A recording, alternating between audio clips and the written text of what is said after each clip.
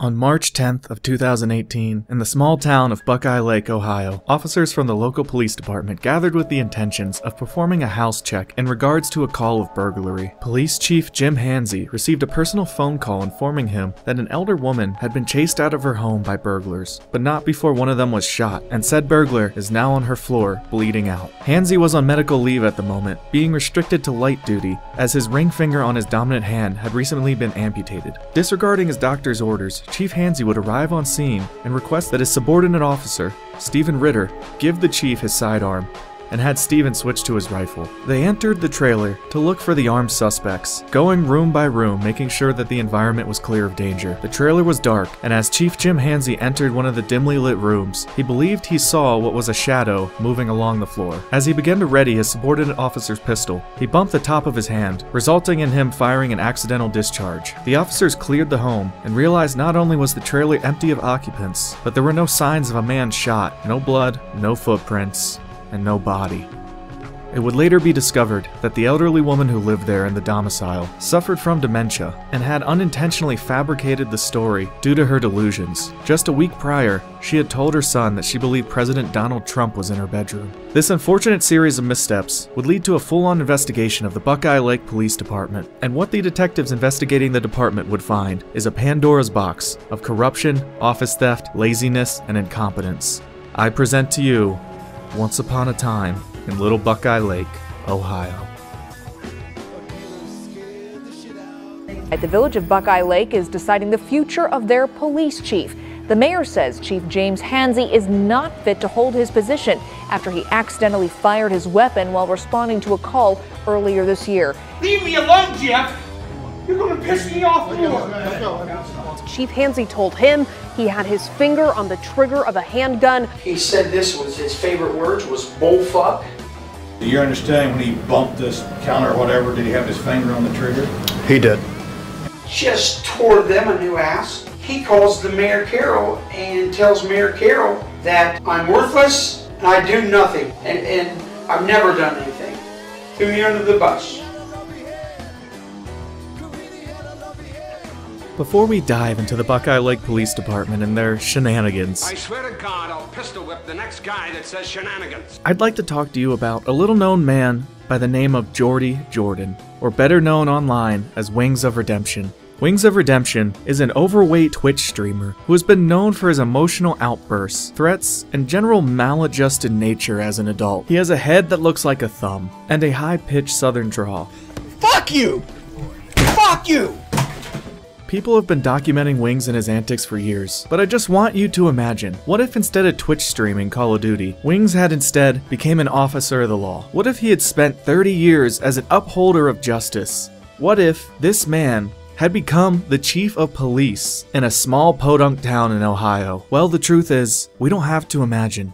I want to introduce you to Police Chief Jim Handsey of Buckeye Lake, Ohio. Or, as he's better known locally, the fat cop with the T-Rex arms. Chief Jim Handsey shares the worst traits with Wings of Redemption. He's massively overweight, but his arms are emaciated, letting everyone know, despite his massive intake of calories, he rarely moves his arms besides changing the channel on his television. He blames everyone else for his shortcomings, and rarely takes responsibility for his actions. He's whiny and he seeks sympathy. The list goes on and on. It was Handsey's incompetence that led outside police departments to look into the Buckeye Lake Department. If he hadn't had a negligent discharge, they would have never discovered how truly rotten his department was at its core. Let me go grab some of the Red Bull. It's a little warmer in here than it is out there. It is. It feels better in here. A little less than a month after Handsey's accidental discharge in a single-wide trailer, he would be brought in by the Pataskala Police Department. The Pataskala Police Department was clearly a much more competent department, and prior to interviewing Chief Handsey, they had interviews with most of his subordinate officers. And by this time, they were getting a pretty consistent story from those officers, who appeared to be a little more honest and open about the happenings in Buckeye Lake. This would give them a solid base in which to cross-examine Chief Handsey on the discrepancies in his justifications for his department's actions.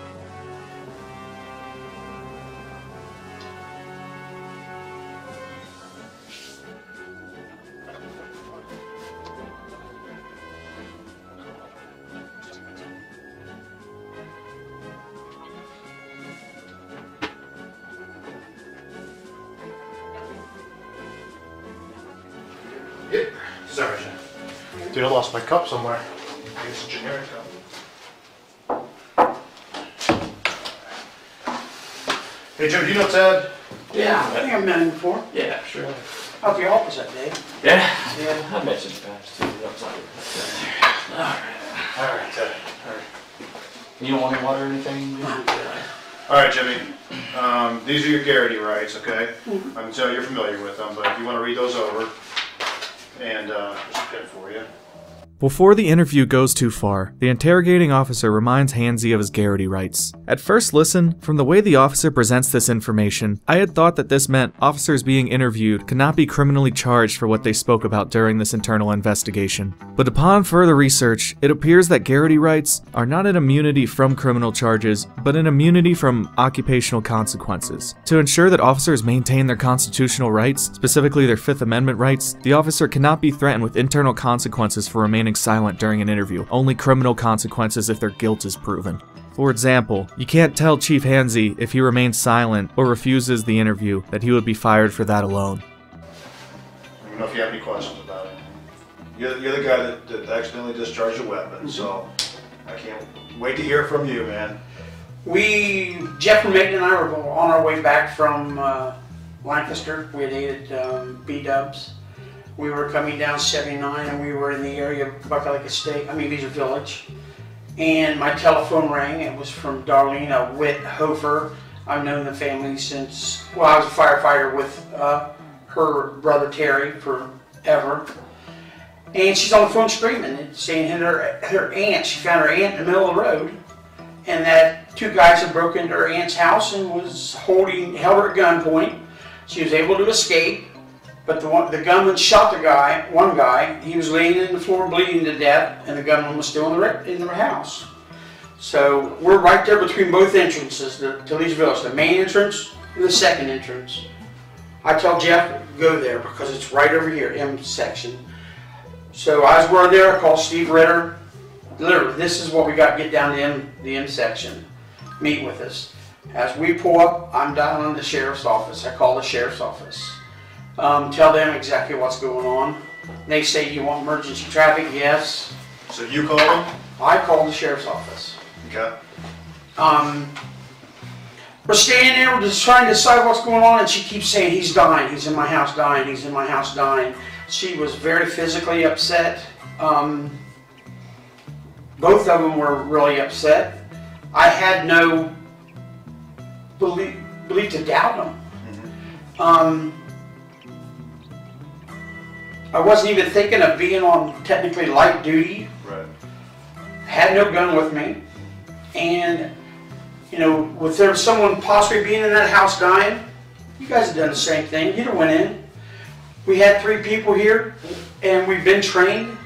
I told Ritter, give me your handgun. Vermaiden went around the side of the trailer to see if there was a door on the back. I said, go get your rifle, because we don't know what he's got. Give me your handgun, same identical handgun that I've got. And we went in, cover 3. Vermaiden was the first one in the door, went to the right, because it's a a single wide. Went in and I went to the left and I held the whole back of the trailer. And the trailer is really dark. And the only lights that's on is their flashlights and a TV in the very back room. I'm standing here, low ready, left hand. And all of a sudden something flashed. I thought someone was coming up, and when I came up, I hit a corner and poof! Went in the round, went in the floor. Okay. Did you have your finger on the trigger or something when you went up? I had, yeah. Yeah. Because I was coming up to protect myself. Right. And I just hit that counter and it just pow! Okay. Off, just simple as that. We cleared the house. No one was there. It was the TV and the door was cracked about that big. I talked to the woman and the son. Didn't know that she had an onset of dementia is what he told us. Told us the other day that she told him Trump was in her bedroom. I'd never been to that house before. I know her, but I only knew her from McDonald's, not personally talking to her or anything. I didn't know that she was having an issue. Okay. All right. So we pull a tape from there. It's going to have you call on dispatch. Yes. Okay. Yes, it was. Because Ritter marked down, he marked this. Now, unlike Chief Handsey, Stephen Ritter is more of a Boy Scout. He appears to like to do things by the book and has a fear of being reprimanded for any mistake on his part. Ritter also maintains a reputation of a man who will speak his mind and likes to be very direct. This made him somewhat of a pain for the chief, who enjoyed the benefits of being vague in his occupation. Okay. But basically, we're going over what happened over there with the accidental discharge, kind of circumstances around that. Right. You know, there's also some stuff going on possibly we've been alerted to about some of the timesheets. All right? So, if you know what I'm getting at. Let's see, on the 10th at about 8:46, was on patrol, was contacted by phone by the chief. He told me to come down to M section. I'm like, okay, what's going on? He's like, just get down to M section. So I get down there, I'm still on the phone with him for a couple seconds, then he said supposedly somebody's been shot inside a trailer. He said that while you were on the phone call? Right. Okay. And then he turned around and said that the people had called him directly. So I just drive in M section and I see Officer Vermaten's truck sitting there in front of the trailer that they're at, and they're both just standing outside. So I had already marked it that I was out there and what for.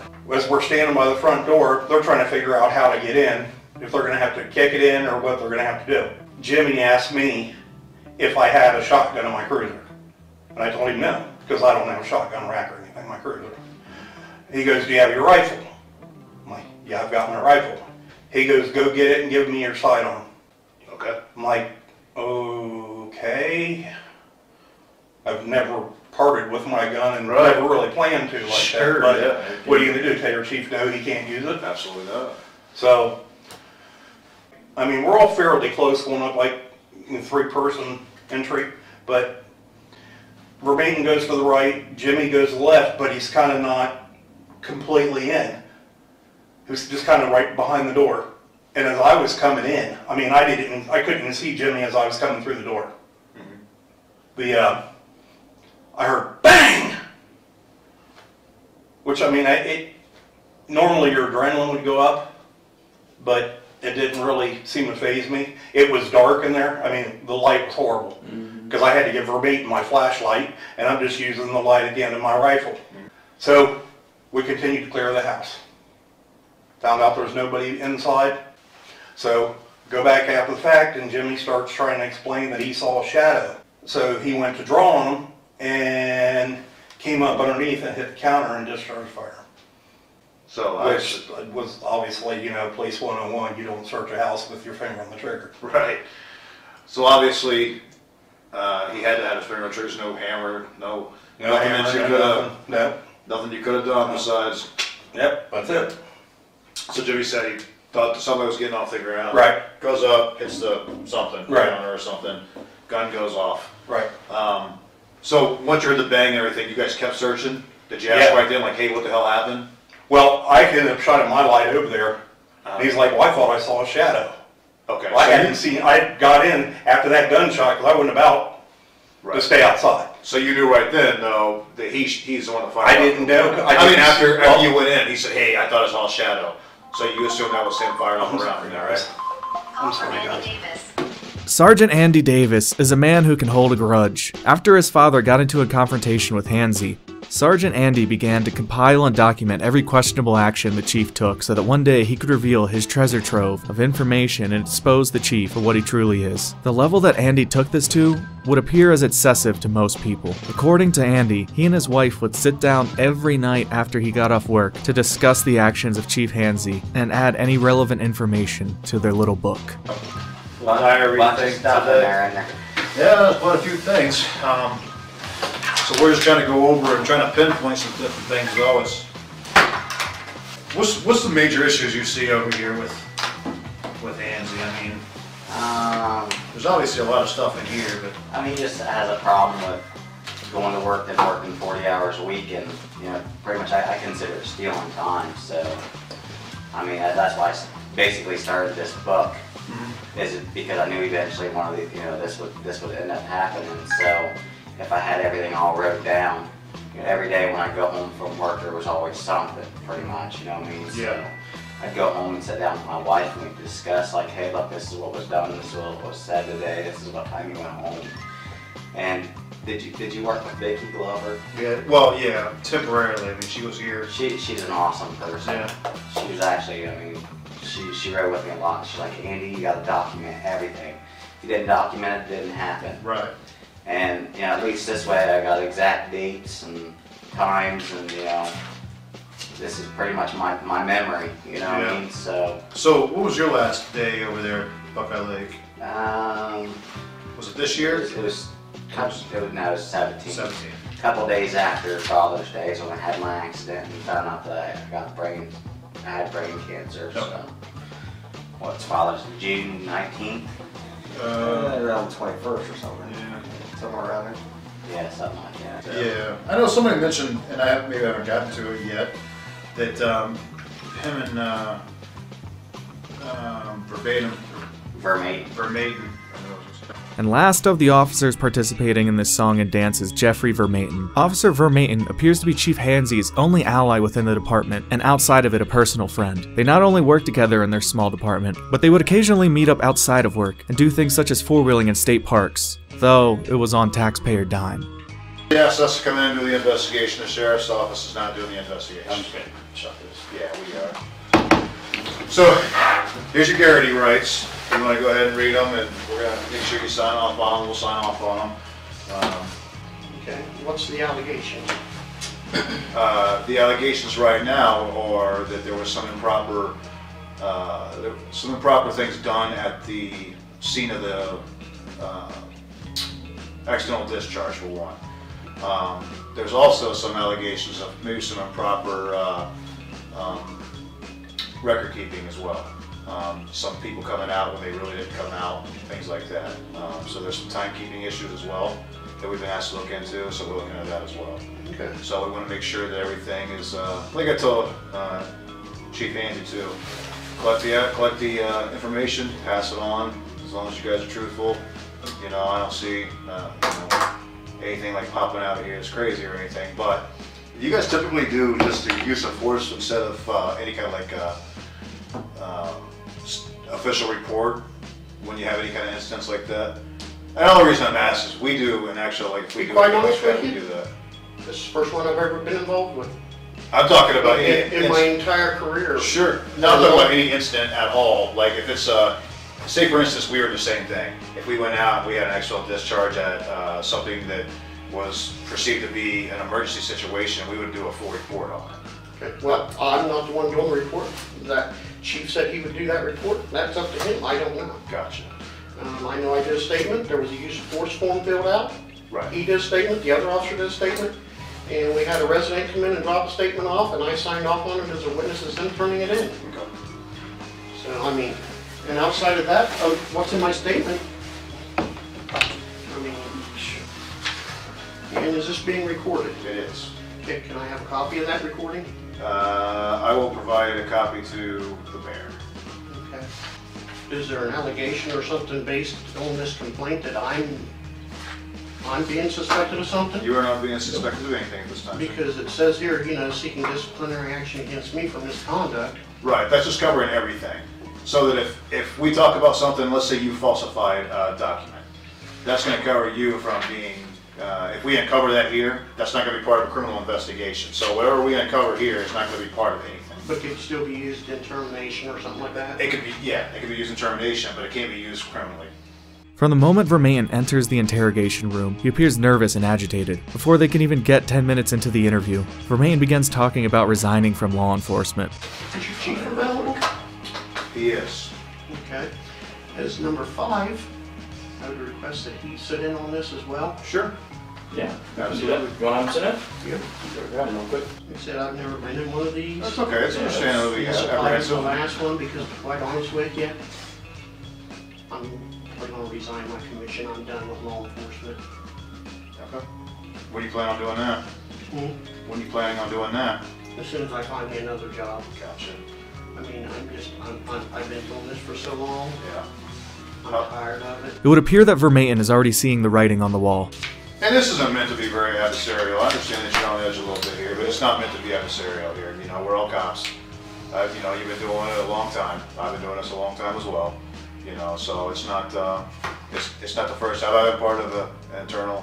I probably won't the last time I'll be a part of the internal as well. But I'm tired. I understand. I'll stick around probably long enough to get vested in the pension plan with police and fire. How much longer do you have for that? Another 4.5 years. Oh, wow. They just switched me over from PERS. Yeah. Well, I don't want you to have to, you know, resign because of, you know, the stresses of this, but you know. It's a cumulative effect. Well, this job can beat you down, that's for sure. No question about that. I mean, I've seen humanity at its best, and I've seen humanity at its worst. No, absolutely. On March 10th, me and Chief was down in Lancaster. We was returning from BW3s. We went there and had some wings and some chips and potato wedges, and both had a Diet Mountain Dew. We were on our way back when we were in the area of 4711 Walnut Road, and Chief received a phone call. I wasn't privileged to what the other side of the conversation was. After the phone call was completed, Chief advised me we need to go to 4711 Walnut Road. There's a lady there claiming that there was 2 gentlemen in her aunt's trailer. One of them had been shot and was bleeding very badly, or something to that effect. Okay. He immediately contacted the on-duty officer, which was Steve Ritter. So we're right there between both entrances to Lee's Village, the main entrance and the second entrance. I tell Jeff, go there because it's right over here, M section. So as we're there, I call Steve Ritter. Literally, this is what we got to get down to the M section. Meet with us. As we pull up, I'm down in the sheriff's office. I call the sheriff's office. Tell them exactly what's going on. They say, you want emergency traffic? Yes. So you called them? I called the sheriff's office. Okay. We're standing there, we're just trying to decide what's going on, and she keeps saying, he's dying, he's in my house dying, he's in my house dying. She was very physically upset. Both of them were really upset. I had no belief to doubt them. I wasn't even thinking of being on technically light duty. I had no gun with me. You know, if there was someone possibly being in that house dying, you guys have done the same thing. You'd have went in. We had 3 people here, and we've been trained. I told Ritter, give me your handgun. Vermaten went around the side of the trailer to see if there was a door on the back. I said, go get your rifle, because we don't know what he's got. Give me your handgun. It's the same identical handgun that I've got. And we went in, cover 3. Vermaten was the first one in the door, went to the right, because it's a double wide. I mean a single wide. Went in, and I went to the left, and I held the whole back of the trailer. And the trailer is really dark. And the only lights that's on is their flashlights and a TV in the very back room. I'm standing here, low ready, left hand, and all of a sudden something flashed. I thought someone was coming up, and when I came up, I hit a corner, and poof! Went in the round, went in the floor. Okay.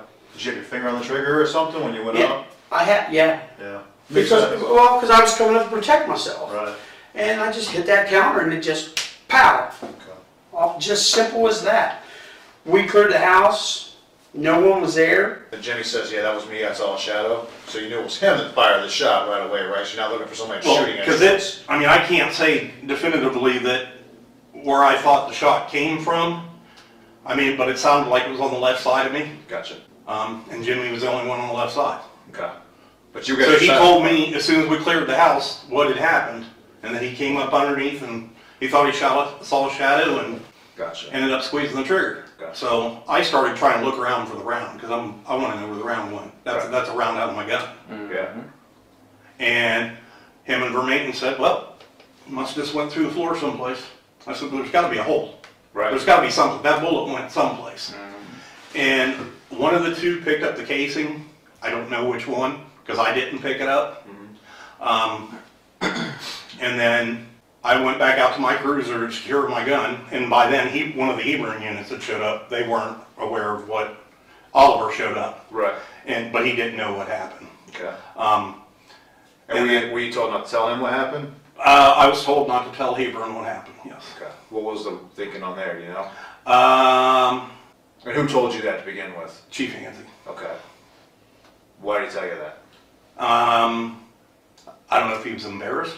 But as I'm in this room searching the closets and stuff, I hear a shot getting discharged. I immediately hollered, "What was that?" Got no response from anybody. So I very quickly finished searching that room, came back out, and made myself over to where the chief was.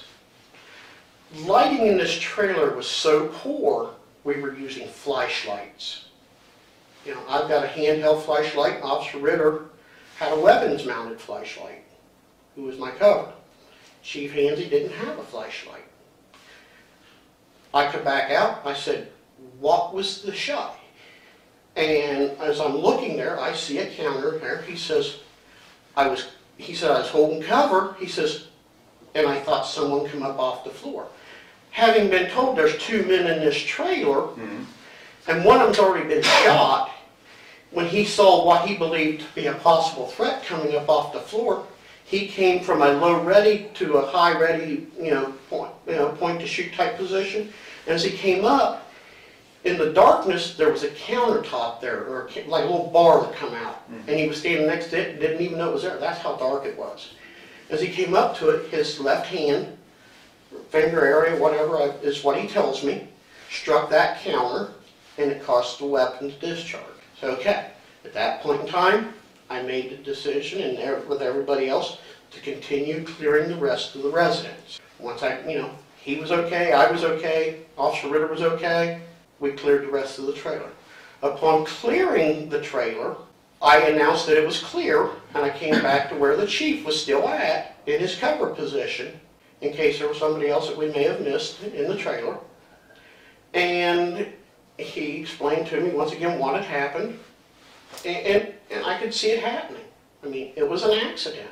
So, we're looking around, we're trying to determine where this round impacted. And the most we can figure is because of the angle of him being at the low ready, as he was coming up, like this, the round discharged into the floor.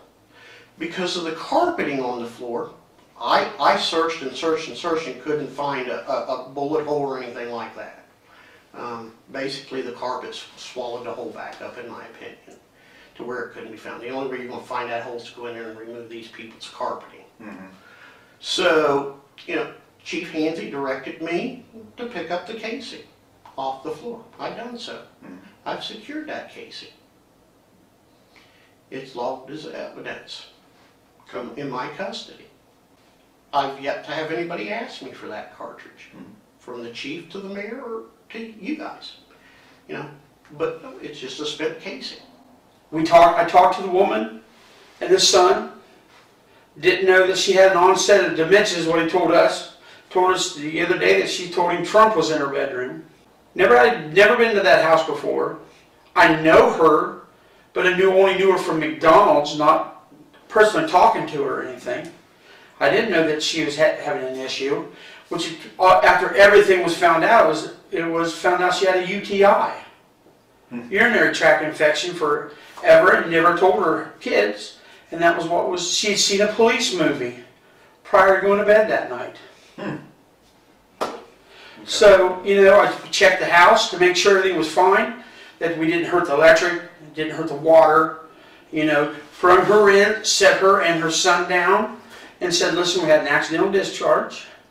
Sorry about that. Everything in the house is fine."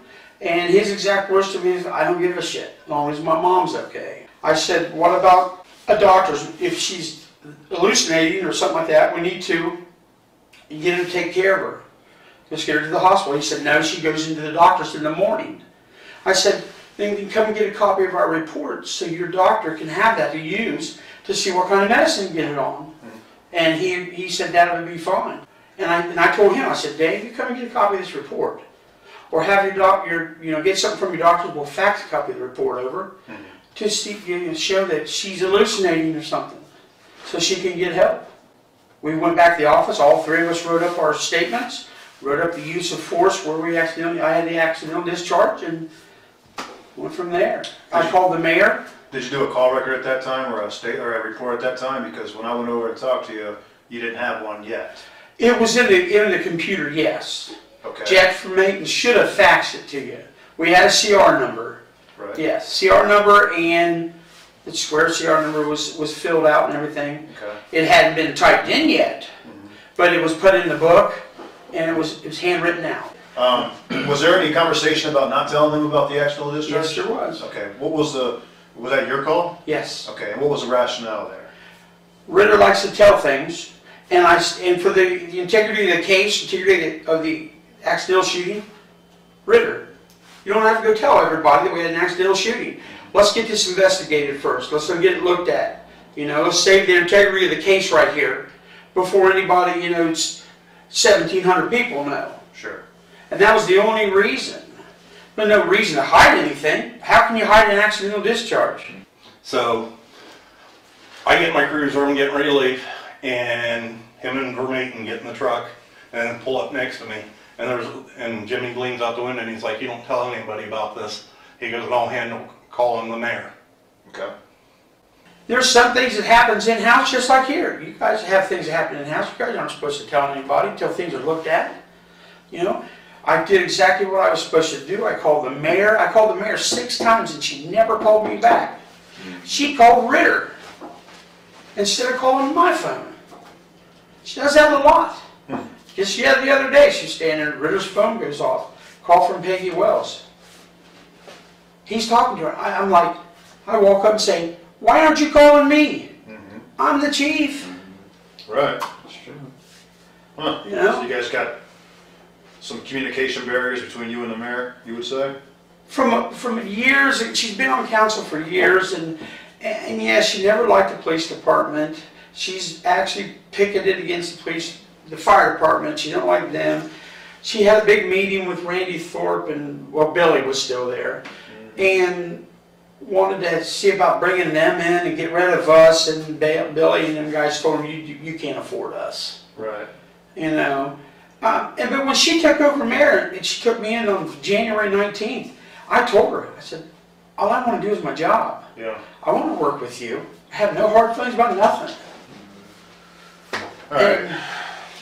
Yeah, and that's that. That's that. But the other thing that got brought up by Peggy was some of the hours that were logged in, and then that was also a concern with some of the people we brought that up as well. Some of the hours that you actually worked, and not actually being at work. So, just to recap, the chief of police, who was not supposed to be on duty due to an injury on his dominant hand, in plain clothes, arrived at a scene where a woman reported 2 burglars in her home that were possibly armed, and he, without a weapon of his own, took his subordinate officer's sidearm and ended up accidentally discharging that arm in the empty trailer. He then tells his officers not to speak of the incident and goes as far as to attempt to set up an eavesdrop situation on a conversation between the mayor and Officer Ritter. But this is only the beginning, as the detective moves from the accidental discharge to some of the other irregularities they've come across in his department.